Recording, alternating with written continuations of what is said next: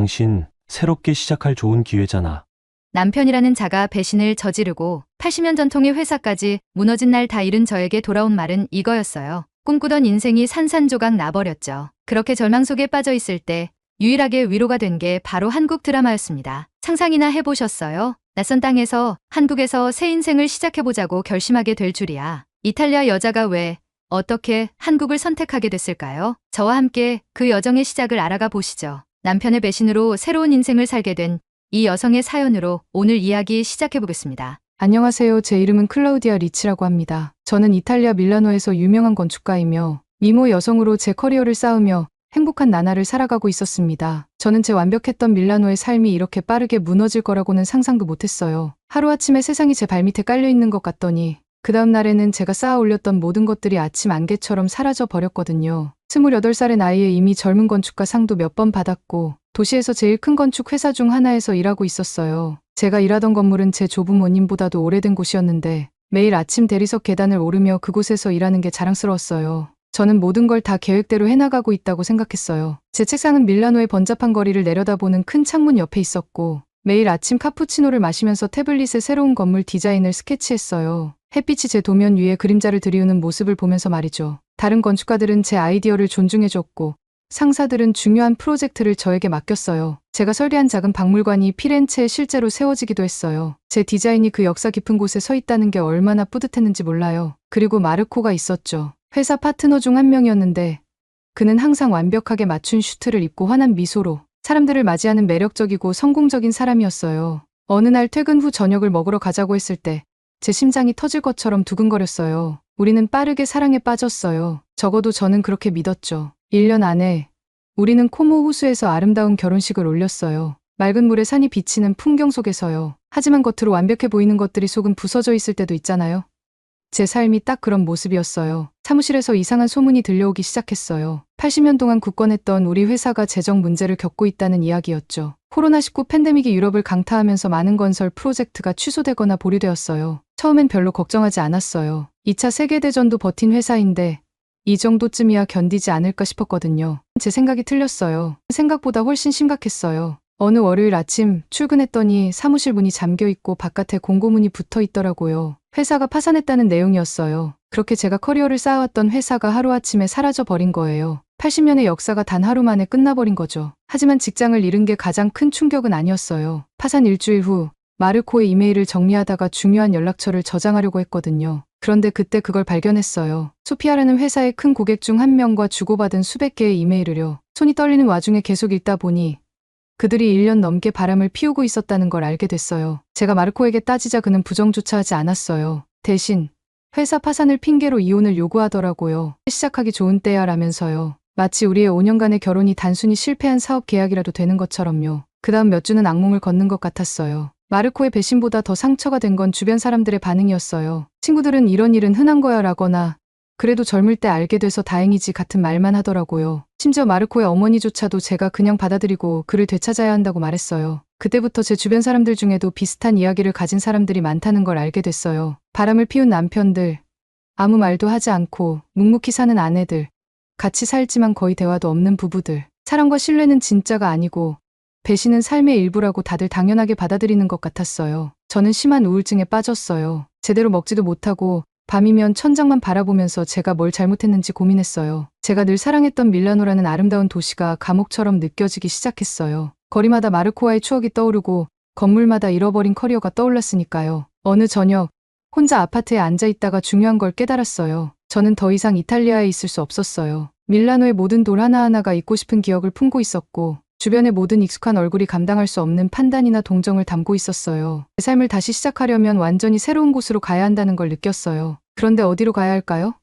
세상은 너무나 넓은데 동시에 숨막히게 작게 느껴졌어요. 방향을 알려줄 신호가 필요했어요. 전혀 예상하지 못했지만 제 다음 장은 아주 뜻밖의 방식으로 시작됐어요. 외로운 어느 밤 노트북 화면 속에서 틀어놓은 한국 드라마 한 편과 함께요. 제가 가장 힘들었던 시기에 의외의 곳에서 위로를 찾았어요. 그건 바로 한국 드라마였어요. 매일 밤 울다 지친 몸으로 소파에 웅크려 앉아 차 한 잔을 손에 쥐고 노트북으로 드라마를 봤어요. 그 이야기들은 제가 예상치 못한 방식으로 마음을 어루만져줬어요. 등장인물들이 서로를 존중하고 배려하는 모습을 보면서 정말 큰 위로를 받았고, 순수하고 진실된 사랑 이야기는 제 결혼에서 경험했던 것과 너무 달라서 더 깊게 와닿았어요. 어느 날 밤, 한 여자가 새로운 도시에서 새 삶을 시작하는 이야기를 담은 드라마를 보던 중에 갑자기 제 머릿속에서 무언가가 딱 하고 맞아떨어졌어요. 나도 이렇게 해볼 수 있지 않을까 하는 생각이 들었거든요. 한국에서 새로운 시작을 할 수 있지 않을까. 처음엔 말도 안 되는 생각처럼 느껴졌지만 그 아이디어가 제 머릿속에서 점점 커져갔어요. 마치 작고 연약한 씨앗이 자라기 시작하는 것처럼요. 제 친구 왕첸이 제가 아시아에 관심을 가진 이야기를 듣고는 바로 중국을 추천했어요. 어느 날 아침 커피를 마시면서 그녀가 이렇게 말했죠. 중국 건축업계 완전 붐이잖아. 상하이에 있는 큰 회사에 아는 사람도 있어. 외국인 재능을 엄청 필요로 하더라니까. 그녀는 중국 도시에서 진행 중인 대규모 프로젝트들을 설명하면서 눈을 반짝였어요. 왕첸이 적극적으로 도와준 덕분에 일주일 만에 상하이에 있는 회사와 화상 면접을 잡을 수 있었어요. 저는 포트폴리오 준비와 영어 발표 연습에 며칠 동안 매달렸어요. 면접 당일 아침, 제가 가진 가장 좋은 블레이저를 입고 책상에 앉았어요. 심장은 마구 뛰었지만 최대한 자신 있어 보이려고 애썼어요. 처음엔 면접이 꽤 괜찮게 시작됐어요. 회사의 이사들은 특히 제가 밀라노에서 설계했던 친환경 주택 프로젝트에 감명을 받은 것 같았어요. 그런데 점점 뭔가 이상한 느낌이 들기 시작했어요. 그들은 제 포트폴리오 전체를 바로 보내달라고 요구했어요. 제가 작업했던 모든 디자인, 개인 프로젝트까지 다 포함해서요. 제가 주저하자 그들은 점점 강하게 압박했어요. 그러더니 중국어로만 쓰인 계약서를 보여주면서 바로 서명을 요구했어요. 그냥 일반적인 독점 계약서일 뿐이에요. 라고 그들이 말했지만 제 직감은 조심해야 한다고 신호를 보내고 있었어요. 그래서 제가 번역을 먼저 하고 싶다고 말하자 그들의 얼굴빛이 변했어요. 목소리에서도 따뜻함이 사라졌고, 지금 결정하지 않으면 이 기회는 다른 사람에게 갈 거예요. 라며 강하게 몰아붙였어요. 저는 생각할 시간이 필요하다고 말하고 전화를 끊었어요. 손이 떨리는 상태로 제 전 직장 동료였던 마르코에게 전화를 걸었어요. 그는 몇 년 동안 중국에서 일했던 경험이 있었거든요. 그리고 그의 이야기를 듣고 나니 소름이 돋았어요. 클라우디아, 진짜 조심해야 해요. 마르코가 경고했어요. 그런 식으로 당한 건축가들 정말 많이 봤어요. 그 사람들이 당신 디자인을 가져다가 싸구려 복제품을 만들어 팔아버려요. 그런데 당신은 어떻게 할 방법이 없어요. 다른 사람들에게도 물어보기 시작했고 더 많은 이야기를 들었어요. 제 친구 안나는 중국 회사에서 6개월 동안 일했는데 하루 14시간씩 고된 일을 했다고 했어요. 그런데 약속했던 급여의 절반밖에 받지 못했다고 하더라고요. 계속 돈이 곧 들어올 거라고 말만 했어. 그녀는 씁쓸한 목소리로 말했어요. 결국 그 돈은 절대 오지 않았어. 또 다른 건축가 친구 파울로는 자신이 아는 사람이 설계한 혁신적인 친환경 아파트 디자인이 갑자기 중국 전역에 퍼졌다는 이야기를 들려줬어요. 그런데 디자인에는 다른 사람 이름이 적혀 있었다고 했어요. 그 친구가 싸우려고 했는데 파울로가 고개를 저으며 말했어요. 결국 변호사비로 모든 저축을 다 날리고 아무것도 얻지 못했어. 이런 이야기들은 제 속을 뒤집어 놨어요. 제가 얼마나 열심히 제 디자인에 혼신을 다했는지 생각하니까 그것들이 도용당하고 제 허락 없이 대량 생산된다는 건 도저히 견딜 수 없는 일이었어요. 그때부터 저는 한국에 대해 더 진지하게 알아보기 시작했어요. 물론 한국이라는 나라를 저는 TV 드라마와 영화로만 알았어요. 한글이라는 낯선 알파벳과 복잡한 문법 때문에 언어가 굉장히 어렵게 느껴졌고 북한과 가까운 위치도 걱정이 됐지만 한국 드라마 친구들이 말하길 서울 사람들은 북한 생각을 거의 안 한다고 했어요. 그런데 한국의 기술 산업과 건축 분야에 대해 읽을수록 흥미가 생겼어요. 전통과 혁신을 절묘하게 섞어서 경계를 넘나드는 방식이 정말 인상적이었어요. 조사를 하면 할수록 서울의 활기찬 에너지와 가능성에 끌렸어요. 유튜브에서 한국 생활에 관한 영상을 몇 시간이고 찾아보면서 효율적인 대중교통, 활기찬 길거리, 음식 문화 등 다양한 것들을 배웠어요. 또 외국인들이 서울에서 사는 경험을 공유하는 온라인 포럼에도 가입했어요. 물론 문화 차이와 언어 장벽, 긴 근무 시간 같은 어려운 이야기도 있었지만 대부분 사람들이 얼마나 안전하게 느꼈는지, 낯선 이들이 얼마나 친절했는지, 그리고 도시가 항상 깨어있는 느낌이 든다고 얘기했어요. 어느 날 밤, 텅 빈 밀라노 아파트에 앉아 이삿짐, 상자들과 떠나고 싶은 기억들로 둘러싸여 있으면서 결정을 내렸어요. 한국으로 가겠다고요. 미친 짓일 수도 있고 아마 지금까지 제가 했던 것 중 가장 힘든 일이 될지도 모르겠어요. 하지만 과거의 잔해에 갇혀있는 건 더 이상 견딜 수가 없었어요. 저는 서울행편도 티켓을 사고 비자를 신청하고 기본적인 한국어 문구를 배우기 시작했어요. 의심이 들 때마다 제게 필요한 건 새로운 시작과 도전, 그리고 무엇보다 희망이라는 사실을 상기했어요. 처음 고시원 방에서 보낸 밤, 저는 도저히 잠을 이룰 수가 없었어요. 방이 너무 작아서 팔을 쭉 뻗으면 양쪽 벽에 거의 닿을 정도였죠. 창문이 없어서 자연광은커녕 머리 위 형광등 불빛만이 방 안을 환히 비추고 있었어요. 제 인생이 이 작은 상자 안으로 축소된 느낌이었어요. 게다가 외국이라는 낯선 곳에서 안녕하세요나 감사합니다 조차 제대로 말할 줄 몰랐어요. 좁은 침대에 앉아서 방 대부분을 차지하는 그 침대와 구석에 쌓여있는 2개의 여행 가방을 바라봤어요. 제 전 재산이 그 가방들 안에 다 들어있었죠. 나머지 물건들은 아마 밀라노에 그대로 남아있을 거예요. 제 전 남편이 그것들을 정리하고 있겠죠. 그 생각만으로도 속이 뒤틀리는 것 같았어요. 공용 화장실은 복도 끝에 있었고 공동 주방은 1층에 있었어요. 첫날 아침 다른 사람들이 없는 걸 확인하고 나서야 몰래 나가서 화장실과 주방을 사용했어요. 화장실은 깨끗하긴 했지만 기본적인 시설만 있었고 벽에 달린 샤워기와 바닥에 배수구가 전부였어요. 주방에는 전기 버너 4개와 한국어로 적힌 복잡한 선반들이 있었는데 저는 그 글자를 읽을 수 없었어요. 처음 요리를 시도했을 때는 완전 실패했어요. 간단하고 익숙한 파스타를 만들려고 했는데 냄비 대신 쓰는 밥솥을 어떻게 작동시키는지 몰랐거든요. 그 모습을 보던 한국인 학생 몇 명이 숙닥거리며 저를 지켜봤고 얼굴이 뜨겁게 달아올라서 인스턴트 커피 한 잔만 들고 방으로 도망쳤어요. 무엇보다 외로움이 가장 힘들었어요. 고향에서는 항상 동료, 친구, 가족 같은 사람들로 둘러싸여 있었거든요. 그런데 신림동에서는 마치 제가 투명인간이 된 것 같았어요. 길거리를 지나는 사람들은 각자 자기 세상에 빠져 있었고 밤이면 고시원의 얇은 벽을 통해 들려오는 알 수 없는 언어의 대화 소리만이 저를 둘러쌌어요. 그러던 중에 김씨 아주머니를 만났어요. 고시원 관리인이셨는데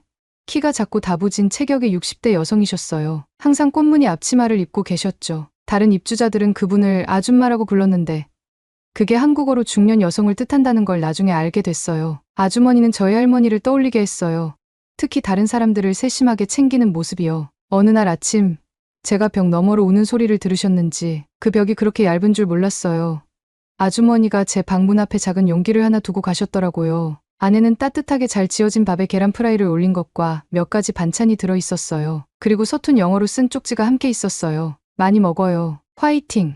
나중에 알게 된 사실인데 아주머니의 아들이 필리핀 여성과 결혼하셨더라고요. 그래서 외국인이 한국에서 얼마나 힘들 수 있는지 잘 아셨던 거예요. 그 이후로 매일 아침마다 아주머니는 저에게 다른 한국 음식을 챙겨주셨어요. 김치찌개, 비빔밥, 밥과 함께 나오는 국 등등이었죠. 그 일에 대해 한마디도 하지 않으시고 그저 저를 보면 미소를 지으시고 고개를 끄덕이셨을 뿐이에요. 그리고 집 근처 편의점은 제 2번째 안식처가 됐어요. 거기서 미연이라는 대학생을 만났거든요. 그녀는 편의점에서 아르바이트를 하고 있었고 저와 비즈니스적인 대화 이상으로 처음으로 말을 걸어준 사람이었어요. 제가 제품 라벨을 읽지 못해서 엉뚱한 물건들을 계속 사자 그녀가 저를 도와주기 시작했어요. 매운맛, 달콤한 맛, 화장지 같은 기본적인 한국어 단어들을 알려주면서요. 미연은 학교에서 영어를 배웠고 연습할 기회를 원했어요. 쉬는 시간마다 저와 편의점 작은 테이블에 앉아 한국어 문장을 가르쳐주면서 제가 그녀의 영어 발음을 도와줬어요. 제가 한국어를 엉망으로 발음할 때도 그녀는 인내심을 가지고 가르쳐줬고 식당에서 실수로 쇠고기국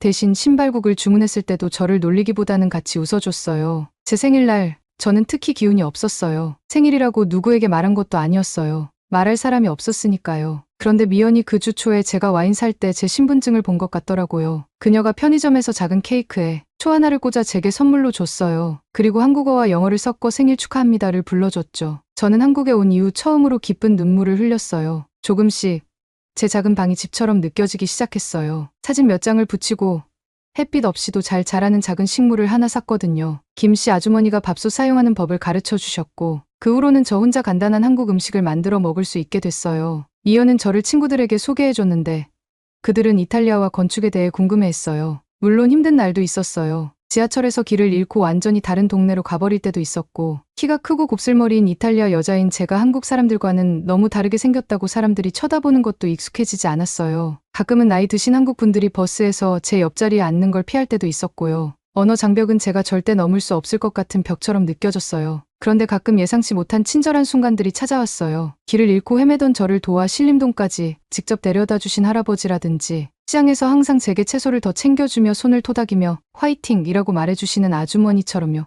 제가 나중에 알게 된 건 그 말이 할 수 있다 라는 뜻이었어요. 천천히 깨달았어요. 새로운 시작을 한다는 게 꼭 혼자서 모든 걸 해야 한다는 뜻은 아니라는 거요. 제 세계는 작았어요. 좁은 방, 편의점, 그리고 몇몇 친절한 얼굴들이 전부였지만 그게 제 세계였어요. 밀라노에서 제 삶이 무너진 이후 처음으로 저는 뭔가 새로운 것을 다시 만들어갈 수 있을 거라는 희망이 생겼어요. 제 인생은 도쿄에서 열린 건축 컨퍼런스에서 박지훈 씨를 만난 날 완전히 바뀌었어요. 저는 커피 테이블 옆에서 휴대폰을 만지작거리며 괜히 바쁜 척하고 있었는데 그가 다가왔어요. 지훈 씨는 한국에서 가장 유명한 건축가 중 한 명이었고 하늘에 닿을 듯한 멋진 유리 건축물들로 잘 알려져 있었죠. 잡지에서 그의 작품을 본 적은 있었지만 직접 만나게 될 거라고는 생각도 못했어요. 당신 포트폴리오를 보고 눈에 확 띄었어요. 그가 유창한 영어로 말하더라고요. 유럽의 오래된 스타일과 현대적인 디자인을 섞는 방식이 참 신선하고 독특하네요. 저는 감사 인사를 하면서도 손이 약간 떨렸어요. 서울에서 몇 달 동안 고군분투했는데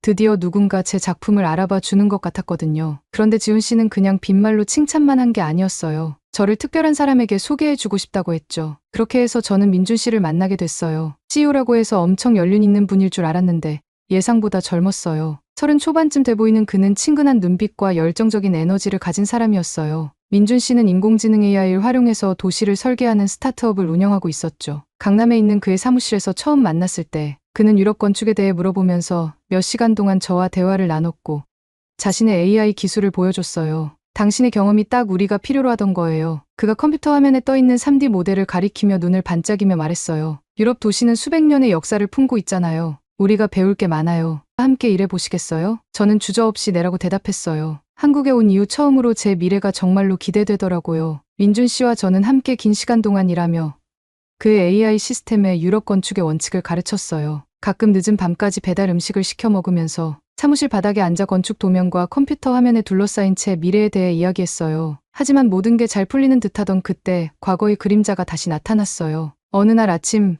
건축 관련 웹사이트를 둘러보던 중 심장이 멎을 뻔했어요. 중국 플랫폼에 제가 이탈리아에서 만들었던 디자인들이 올라와 있는 거예요. 누군가 제 작품을 훔쳐서 싸구려 복제품으로 팔고 있었어요. 손이 떨리고 과거의 실패들이 떠오르면서 머릿속이 하얘졌어요. 이번엔 달랐어요. 제가 이 일을 민준 씨에게 보여줬을 때 그는 단 한순간도 망설이지 않았어요. 우리가 싸울 겁니다. 그는 단호하게 말하며 벌써 전화기를 집어들고 있었어요. 국제사건을 전문으로 하는 훌륭한 변호사들을 알고 있어요. 몇 시간 만에 민준 씨는 한국 최고의 지적재산권 변호사팀을 꾸렸어요. 그들은 그의 사무실 큰 회의실에서 한국어, 영어, 중국어로 전화를 돌리며 일했어요. 저는 그들과 함께 앉아 제 디자인에 관한 모든 세부 사항을 설명하고 원본 스케치와 자료들을 보여줬어요. 그 이후 몇 주는 제 인생에서 가장 힘든 시간이었어요. 사건 소식이 빠르게 온라인에 퍼졌고 몇몇 건축 블로그는 저를 디자인 도난에 맞서는 이탈리아 건축가라고 부르며 기사를 썼어요. 밤에 제대로 잠을 잘 수가 없었어요. 혹시라도 과거처럼 모든 걸 잃게 되면 어쩌지 하는 생각이 머리를 떠나지 않았거든요. 하지만 민준 씨는 제 곁을 떠나지 않았어요. 포기하고 싶을 때마다 그는 제가 좋아하는 커피를 사와서 우리가 왜 싸우고 있는지 상기시켜줬어요. 당신의 디자인은 단순한 건물이 아니에요. 그는 말하곤 했죠. 그건 당신의 예술이고 목소리예요. 그걸 누가 훔쳐가게 두지 않을 겁니다. 결정적인 증거는 뜻밖의 곳에서 나왔어요. 그 중국 플랫폼의 한 젊은 직원이 우리 변호사들에게 연락을 해왔어요. 그 직원은 그 회사가 훔친 디자인을 판매하고 있다는 사실을 알고 있었고 이를 증명할 이메일, 회의 기록, 내부 문서를 전부 제공했어요. 우리가 승리하는 데 필요한 모든 자료였죠. 변호사들이 좋은 소식을 전해줬을 때 저는 눈물을 흘렸어요. 중국 플랫폼은 모든 도난 디자인을 삭제하고 공개적으로 사과문을 게재하기로 했어요. 뿐만 아니라 손해배상까지 약속했죠. 소식을 듣고 민준 씨가 저를 꽉 안아줬고 저는 이제 혼자가 아니란 걸 깨달았어요. 당신이 해냈어요. 그는 자랑스럽게 웃으며 말했어요. 우리 모두 해낸 거죠. 제가 눈물을 닦으며 대답했어요. 당신이 없었으면 불가능했을 거예요. 그 승리는 모든 것을 바꿨어요. 갑자기 다른 건축가들이 저에게 연락을 하기 시작했어요. 그들 또한 자신들의 디자인을 도난당한 경험이 있었고 우리의 변호사팀은 그들을 돕기 시작했어요. 우리는 단순히 제 사건을 해결하는 데서 그치지 않고 창작자의 작업물을 보호하기 위한 시스템을 만들어 나가기 시작했죠. 그 과정에서 민준 씨와 저는 더 가까워졌어요. 처음엔 단순히 직업적인 파트너 관계로 시작했지만 이후에는 한강을 따라 산책을 하며 길거리 음식을 나누고 서로의 삶에 대해 이야기하는 사이가 됐어요. 그는 제가 좋아하는 서울의 장소들을 알려줬고 저는 그에게 이탈리아 문화를 가르쳐줬죠. 우리는 서로 다른 점이 많았어요. 그는 한국인이었고 저는 이탈리아인이었고 그는 AI를 다뤘고 저는 전통적인 디자인을 고수했으니까요. 하지만 그런 차이점들이 우리를 더 강하게 만들어줬어요. 뒤돌아보면 제 디자인을 잃은 건 단순히 위기가 아니었어요. 오히려 그것은 제 진짜 강점을 발견하게 해준 순간이었어요. 한국에서 저는 단순히 제 싸움을 도와주는 사람들만 만난 게 아니었어요. 정의를 저만큼이나 믿는 사람들을 만났죠. 그리고 무엇보다 민준 씨를 만났어요. 그는 제게 가끔은 가장 큰 도전이야말로 우리의 가장 큰 행복으로 이어질 수 있다는 걸 보여줬어요. 법적 싸움에서 우리가 이긴 다음 날 아침, 저는 고시원 작은 방에서 눈을 떴어요. 뭔가 달라진 기분이었죠. 지난달에 제가 직접 설치한 창문으로 햇살이 쏟아져 들어오고 있었고, 오랜만에 진짜로 희망이 느껴졌어요. 핸드폰은 친구들과 기자들 메시지로 울려대고 있었는데 다들 중국 플랫폼과의 디자인 도용 문제를 해결한 승리에 대해 더 듣고 싶어 했어요. 저는 커피를 한 잔 타서 침대에 앉아 얼마나 멀리까지 왔는지 생각했어요. 전만 해도 이 방에서 얇은 매트리스에 누워 울며 잠들곤 했거든요. 그런데 이제는 제 디자인을 되찾았을 뿐만 아니라 민준과 함께 새로운 시작을 준비하고 있었어요. 큰날 준비됐어? 민준이 문자로 물었어요. 오늘은 저희가 새로 설립한 회사의 론칭 날이었거든요. 이 회사는 제 건축 디자인과 민준의 AI 기술이 결합된 프로젝트였어요. 저는 거울 앞에 서서 재킷을 단정히 고쳐 입고 간단하게 응이라고 답장을 보냈어요. 우리 사무실은 강남의 유리벽과 세련된 가구로 꾸며진 현대적인 빌딩 안에 있었어요. 제가 도착했을 때 민준은 이미 발표실에서 장비를 세팅하고 있었고 모든 사람들을 위해 아침 식사로 한국 전통 빵과 커피를 준비해 두었더라고요. 그 냄새를 맡으니 고시원에서 살던 초창기 시절 생각이 났어요. 그때는 고시원 관리자가 문 앞에 음식을 놔주곤 했거든요. 긴장돼? 민준이 프로젝터를 조정하면서 물었어요. 조금. 제가 솔직히 말했어요. 근데 좋은 긴장이야. 민준이 미소를 지었고 그 미소를 보니 가슴 한구석이 따뜻해졌어요. 법적 싸움을 겪으면서 우리 관계가 더 단단해졌지만 지금은 이 론칭을 성공시키는 게 우선이었죠. 회의실은 점점 다양한 나라에서 온 투자자들로 채워졌어요. 일본, 싱가포르, 심지어 이탈리아에서 본 적 있는 익숙한 얼굴들도 보였어요. 제 심장은 한국에서 가장 큰 기술 투자자 중 한 명인 김 여사가 맨 앞줄에 앉아있는 걸 보자마자 더 빨리 뛰기 시작했어요. 저는 몇 주 동안 연습했던 한국어로 발표를 시작했어요. 안녕하세요. 라고 인사하자마자 방 안의 분위기가 확 풀리는 게 느껴졌어요. 그리고 영어로 전환해 저희 플랫폼이 도시 계획을 어떻게 혁신적으로 바꿀 수 있는지 설명했어요. 제가 가진 유럽 건축 지식과 한국 AI 기술이 어떻게 결합돼 아름답고 스마트한 건축물을 만들어낼 수 있는지 보여줬죠. 데모 시간은 특히 흥미로웠어요. 민준이 소프트웨어를 실행했는데 이 프로그램은 제가 손으로 그린 설계를 즉시 3D 모델로 변환할 수 있었어요. 그리고 AI가 일조량, 에너지 효율, 지역 건축법 같은 요소들을 기반으로 개선안을 제시해줬어요. 소프트웨어가 공사비와 공사 일정까지 몇 초 만에 계산해내는 걸 보자 투자자들의 눈이 휘둥그레졌어요. 김 여사가 첫 번째로 질문을 했어요. 이게 어떻게 작은 건축회사들이 큰 회사들과 경쟁하는 데 도움이 될 수 있죠?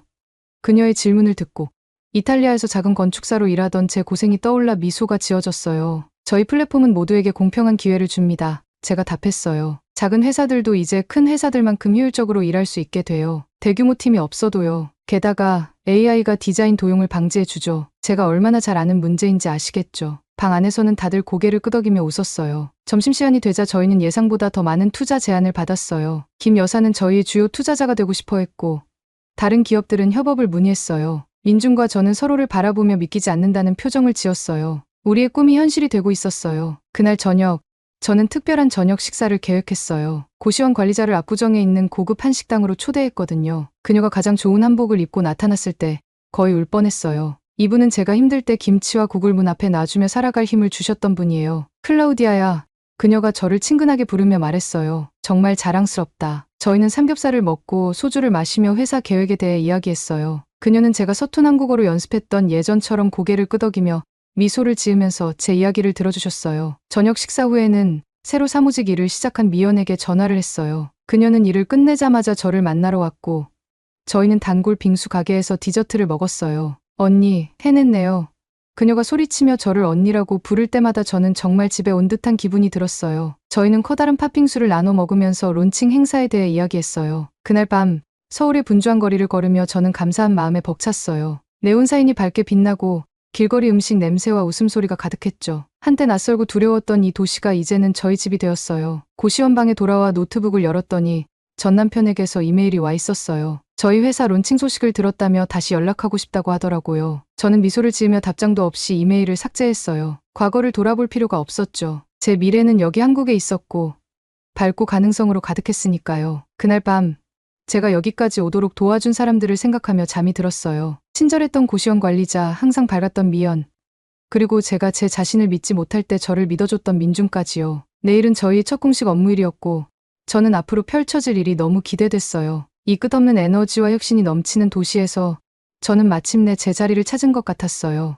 밀라노 호텔 방에서 거울 앞에 서서 남색 블레이저를 정돈하고 깊게 숨을 들이마셨어요. 이탈리아를 떠난 지 5년 만에 다시 이곳으로 돌아와 밀라노 건축 비엔날레에서 발표를 하게 됐죠. 참 아이러니했어요. 고향을 떠나야만 성공할 수 있었는데 이제는 성공한 건축가로 돌아오게 되었으니 말이에요. 그때 핸드폰이 진동하며 민준 씨의 메시지가 왔어요. 당신은 할 수 있어요. 한국의 혁신과 이탈리아 디자인이 얼마나 멋진 조화를 이룰 수 있는지 보여주세요. 그 메시지를 보고 웃음이 나왔어요. 우리가 처음 만났을 때부터 여기까지 함께 걸어온 길이 떠올랐거든요. 손가락에 낀 반지가 아침 햇살에 반짝이는 걸 보고 살짝 만져봤어요. 3개월 전에 한국과 이탈리아 전통이 어우러진 아름다운 결혼식을 올린 게 엊그제 같은데요. 발표장에 도착했을 때 이미 사람들이 꽉 차 있었어요. 익숙한 얼굴들이 보였죠. 예전 동료들, 경쟁자들, 심지어 뒷줄에 앉아있는 전 남편까지요. 5년 전이었다면 그의 존재만으로도 흔들렸을 텐데 이제는 그의 배신이 제가 걸어온 길을 열어줬다는 감사함밖에 들지 않았어요. 프레젠테이션은 신림동 고시원의 작은 방 사진을 보여주는 것으로 시작했어요.